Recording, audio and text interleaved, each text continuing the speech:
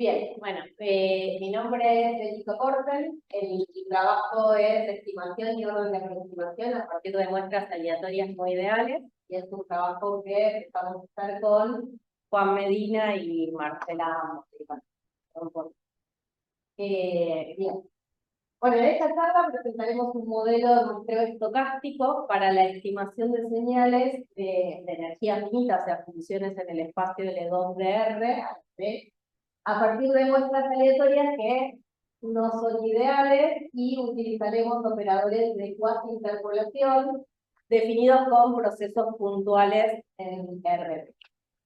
El objetivo en general que escucha. Ahí lo apagué cuando lo puse.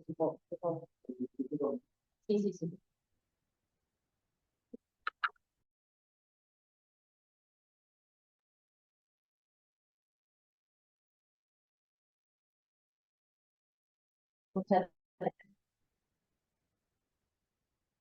Ahí no sé, igual no sé, eso no sé si está, lo apagué de nuevo.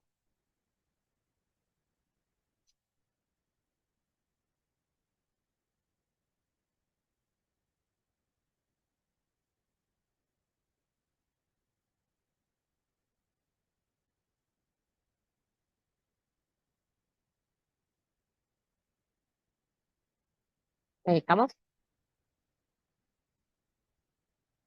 ¿Seguimos? Ok.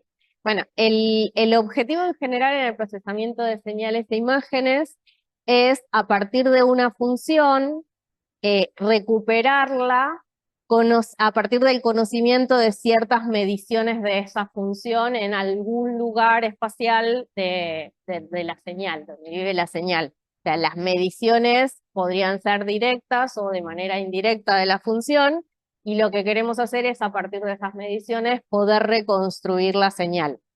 Más en general, uno lo que podría hacer es pensar en que la función está en un espacio de Hilbert, que puede ser finito o infinito, y en ese espacio tenemos ciertos vectorcitos con los que realizamos el producto interno con la función, y de esa manera lo que estamos haciendo es tomando las mediciones. Estamos viendo cómo es la función cuando le hacemos el producto escalar contra una de esas funciones del espacio de Hilbert.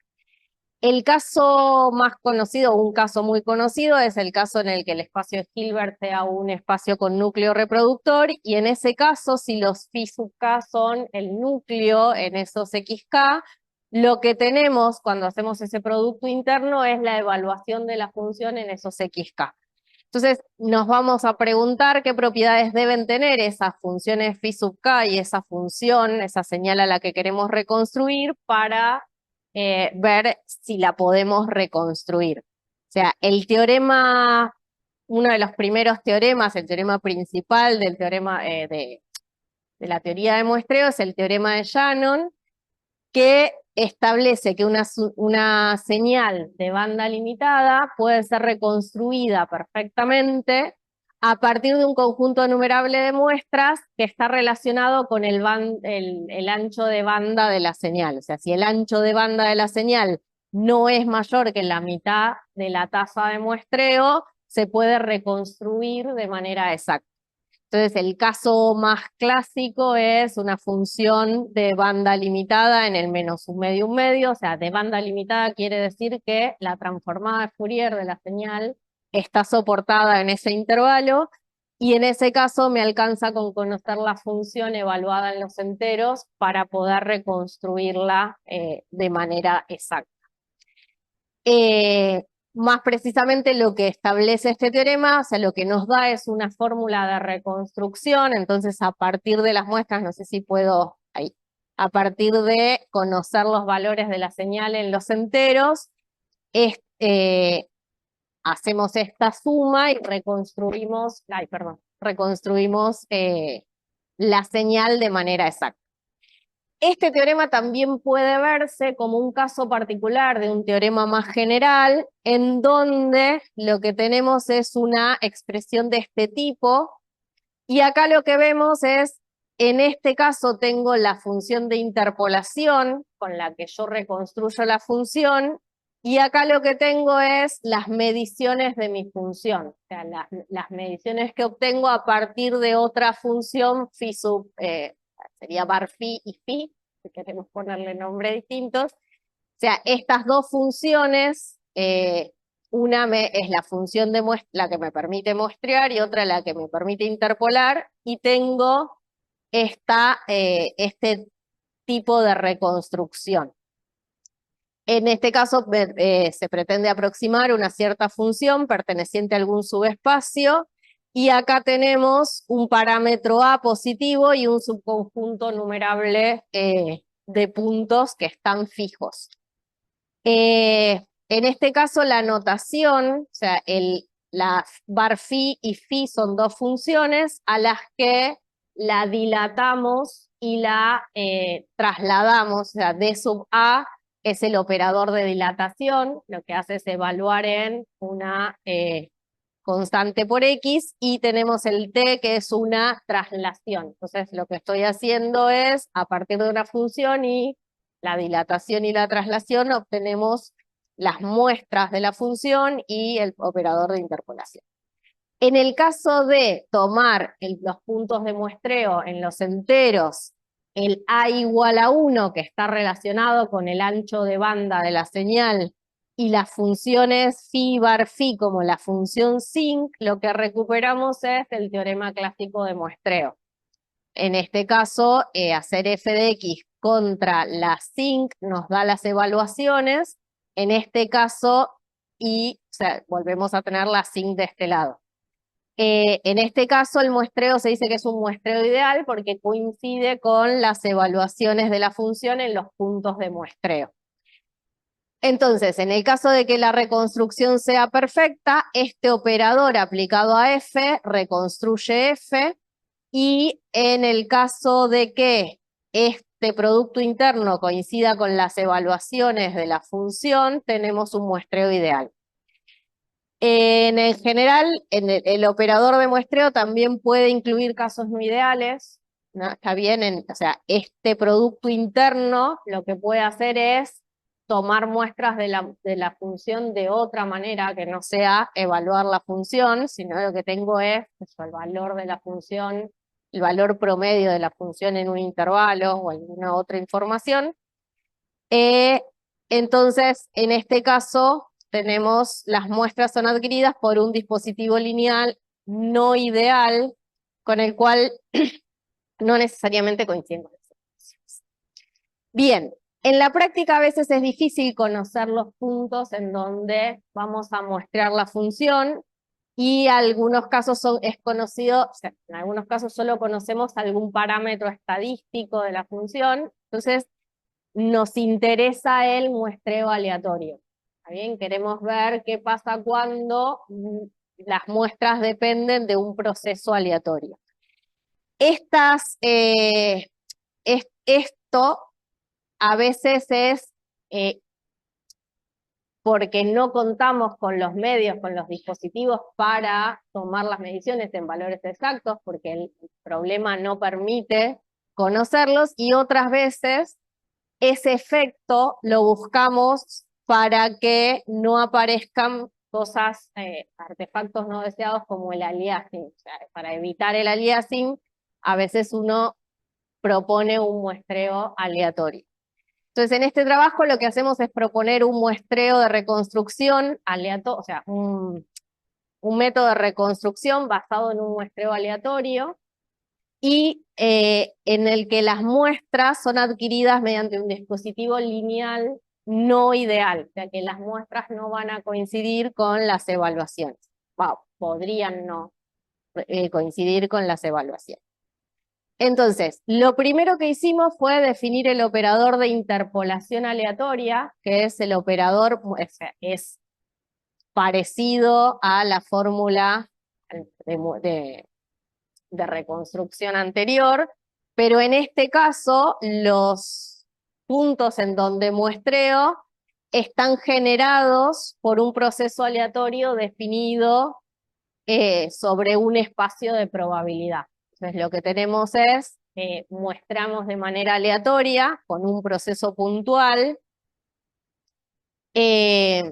Y tenemos que agregar este 1 sobre lambda, que depende de la densidad del muestreo, de la intensidad del muestreo. Entonces consideramos una función que está en L2 de R, un A positivo, un lambda positivo, y elegimos un par de funciones que están en L1 intersección L2, y definimos este operador de interpolación.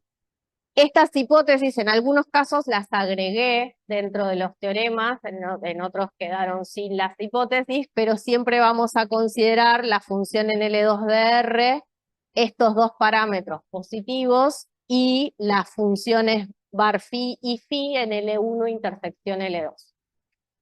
Entonces, este operador puede interpretarse también como una integral, o sea, esa sumatoria no la puedo pensar como una integral estocástica, definida por una medida aleatoria m, que esa medida está inducida por el proceso de muestreo. Entonces, lo que necesitamos hacer es definir bien esta integral estocástica. O sea, necesitamos definir la medida y definir la integral para que este operador tenga sentido o esté bien definido.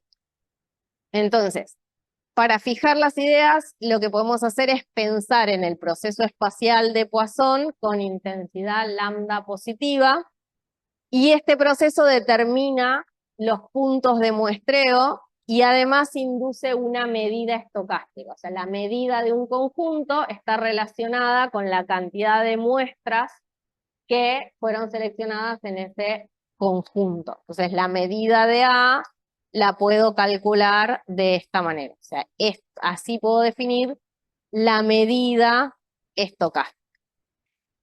Una medida aleatoria de incrementos ortogonales, porque una de las cosas que voy a necesitar para poder definir la integral es que la medida sea ortogonal, o sea, necesito esa propiedad, es que la medida cumpla con estas condiciones de acá, o sea, que sea aditiva con probabilidad 1 y lo que le vamos a pedir acá es que la covarianza sea 0, o sea, esa es la forma que vamos a medir la ortogonalidad.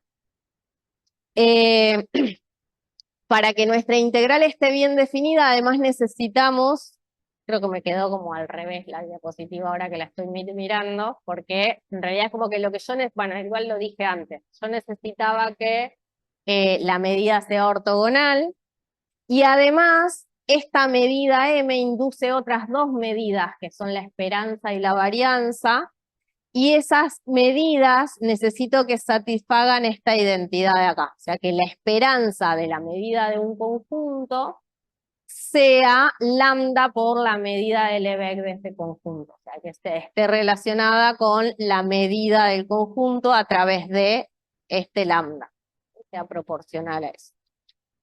Entonces, para poder definir la integral estocástica, como se hace de manera clásica, uno lo que necesita primero es definirlo para las funciones simples, y básicamente lo que hago es sumar el valor de la función, o sea, partimos en todos rectangulitos y sumamos el valor de la función en cada uno de esos rectangulitos por la medida del rectangulito. O sea, eso define la integral respecto de la medida aleatoria de una función simple. Entonces, acá estoy midiendo, o sea, la medida de cada uno de esos rectangulitos en función de, o sea, a partir de esta medida estocástica. Entonces, con esa definición para las funciones simples, uno puede probar que la esperanza de la integral estocástica de f es lambda por la integral del Lebesgue de la f. Bien, en este caso determinista.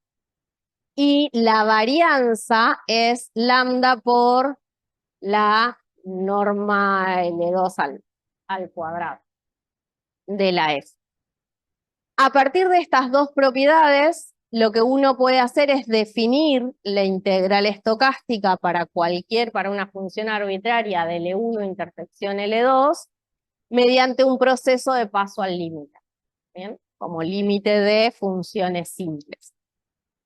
Entonces, volviendo a nuestro operador, teníamos el operador de interpolación, que era este que está acá, que estaba definido como una integral. En este caso es una integral estocástica. Ahora lo que estoy haciendo es, digamos, sumando con respecto a este proceso. Nos interesa estudiar cómo es el comportamiento de este operador aplicado a f cuando a tiende a 0 y lambda tiende a infinito. O sea, lo que queremos ver es que esto, si converge o no, en algún sentido, a la f. Si en algún sentido es un estimador consistente de la función. Entonces, con ese propósito, lo que introducimos son necesitamos algunos resultados previos.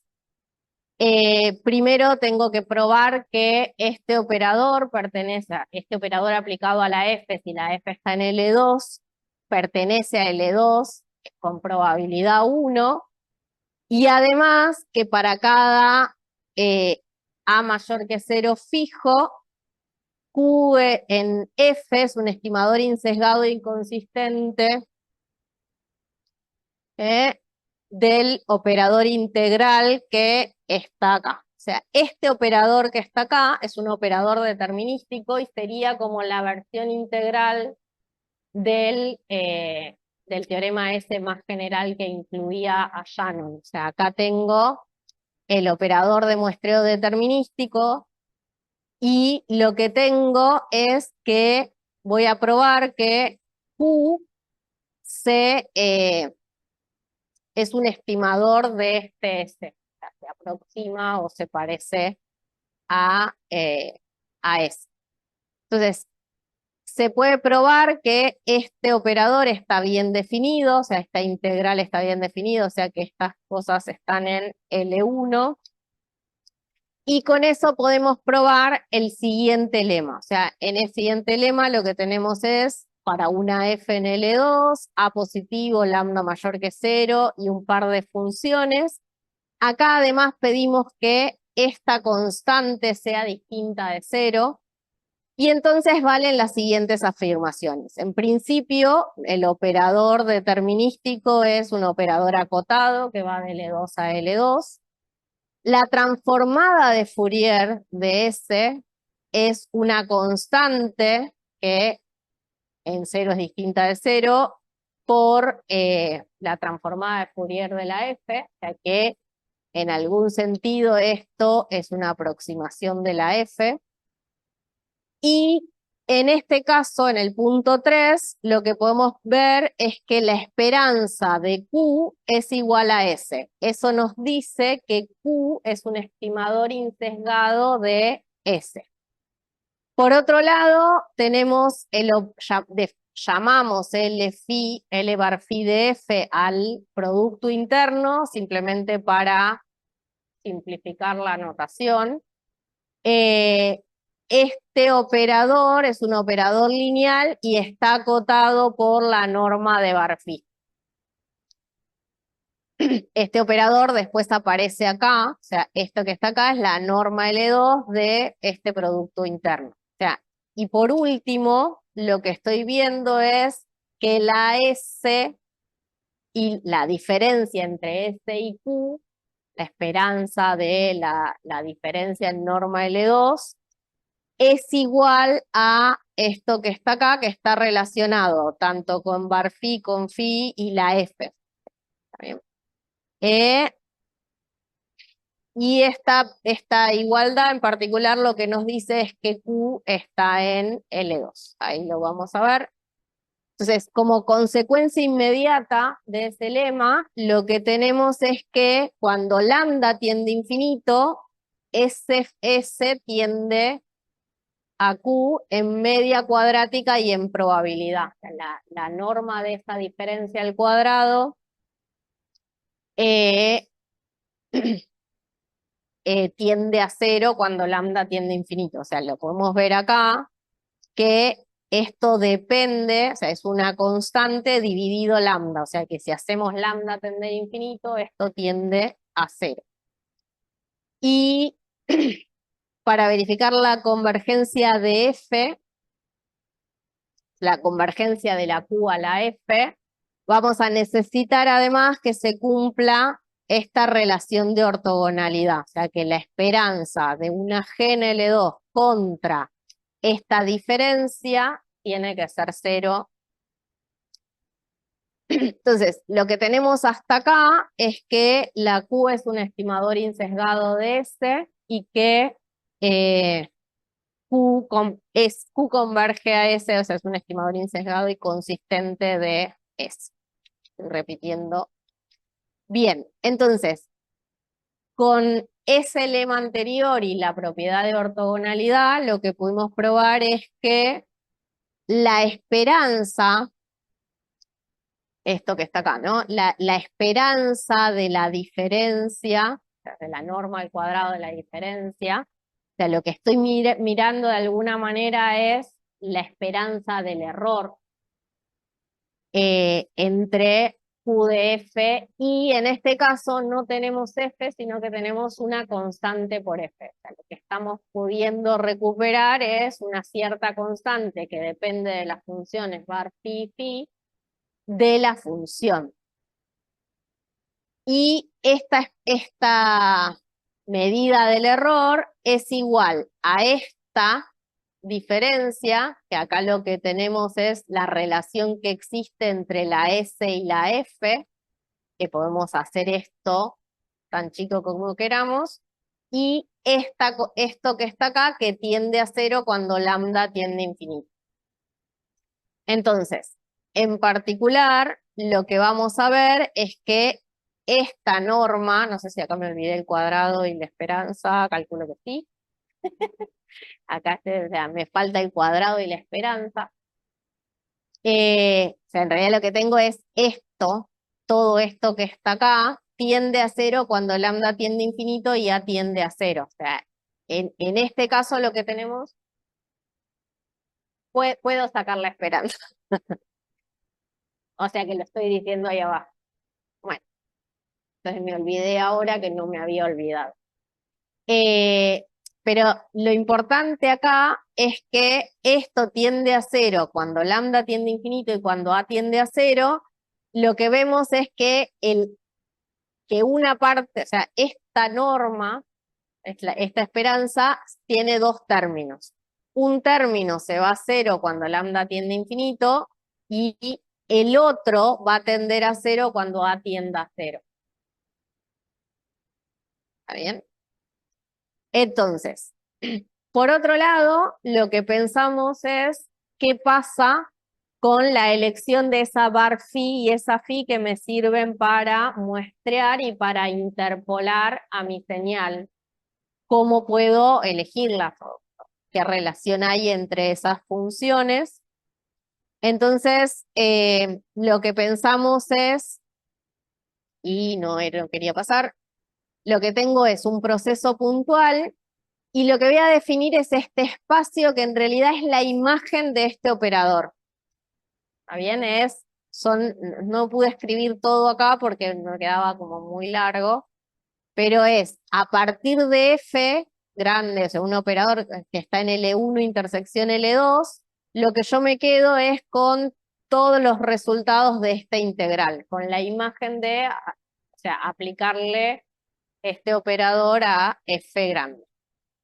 Entonces, con esta notación lo que obtenemos es que existe una sucesión de elementos en una unión de este subespacio. O sea, acá tengo A fijo, si no me equivoco.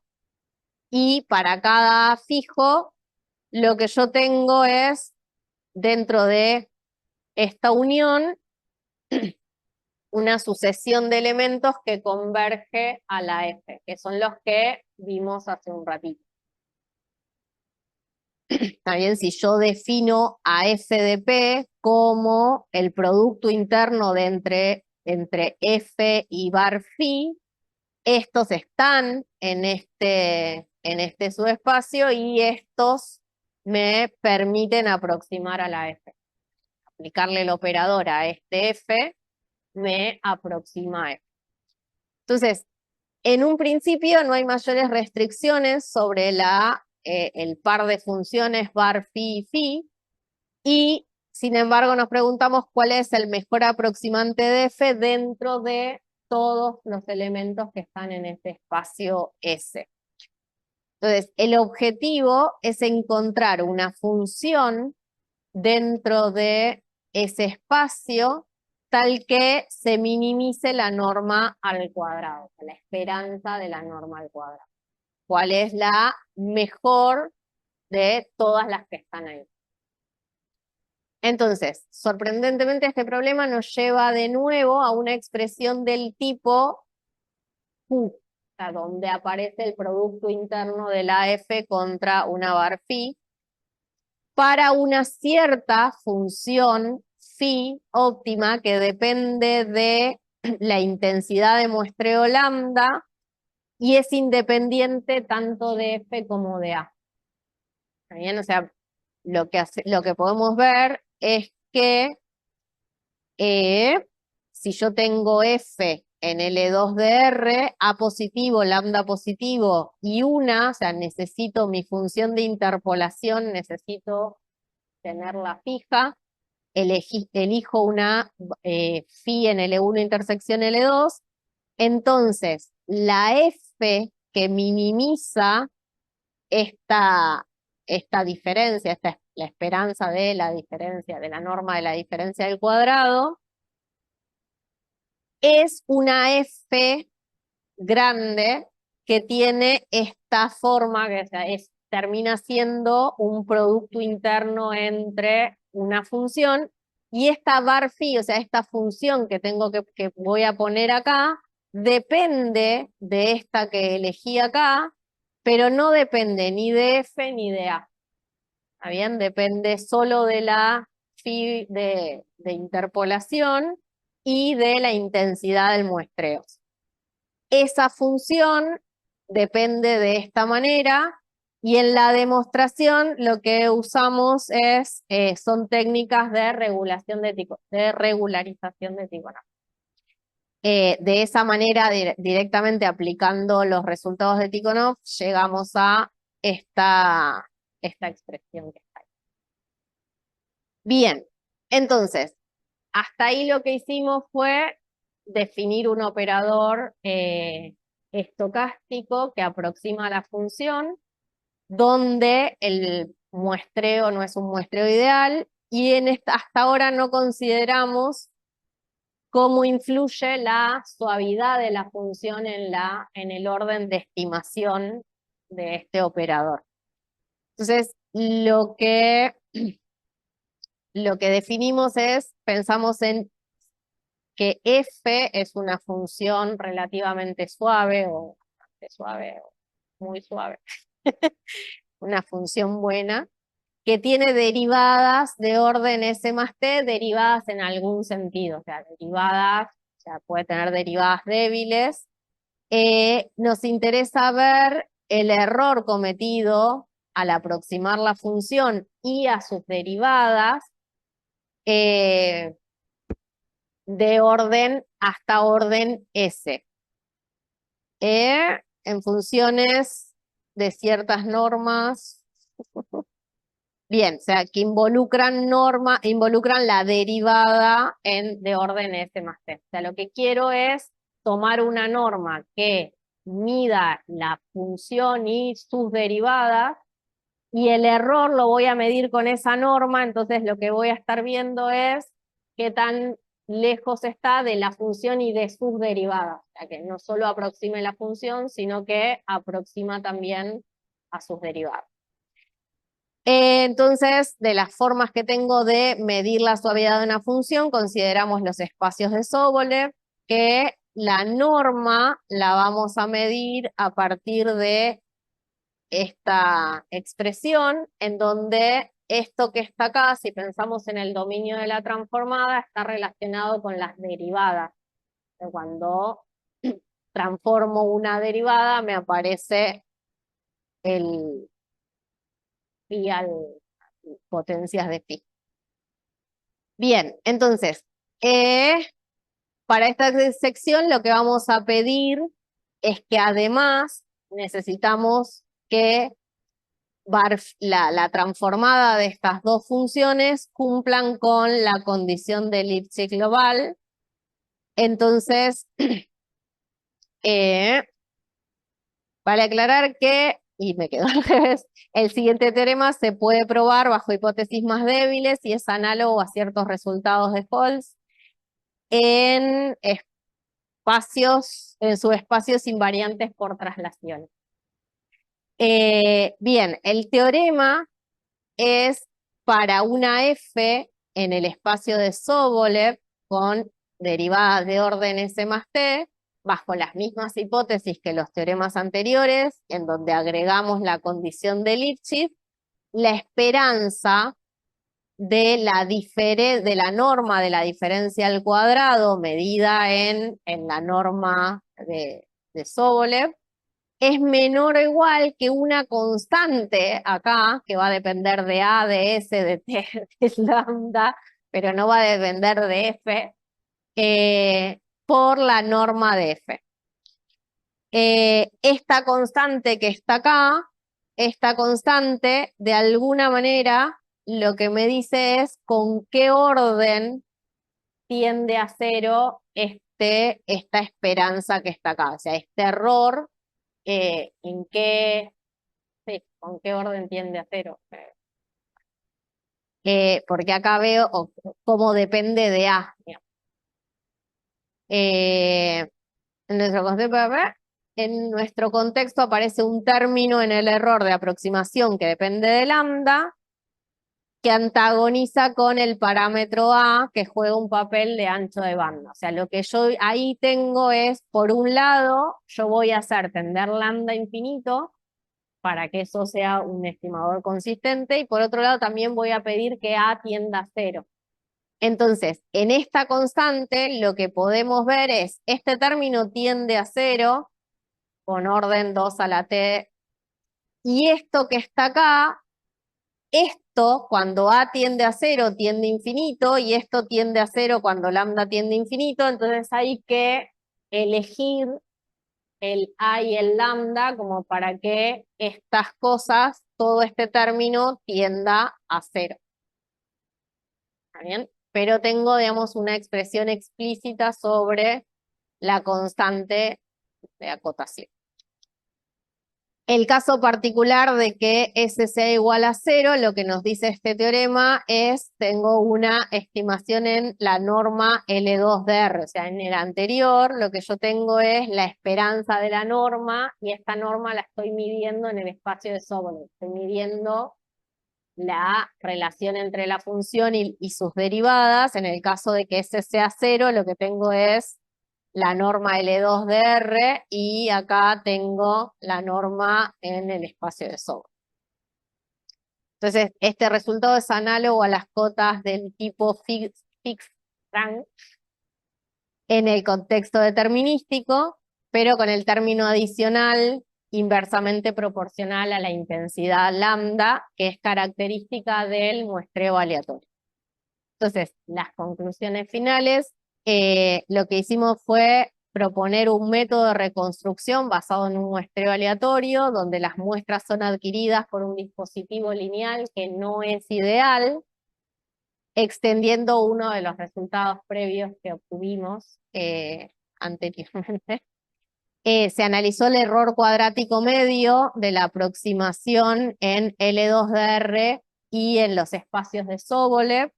Se caracterizó el aproximante óptimo dependiente de la intensidad de muestreo, y se obtuvo una cota explícita para el error de aproximación en el caso de que F esté en el espacio de Sobolev, que refleja la influencia de los parámetros lambda y A, que tienen que ver con la intensidad del muestreo y el ancho de banda. Y por último, este análisis generaliza resultados determinísticos clásicos, incorporando la aleatoriedad y proporcionando un marco más flexible para la reconstrucción de señales. Y hasta acá.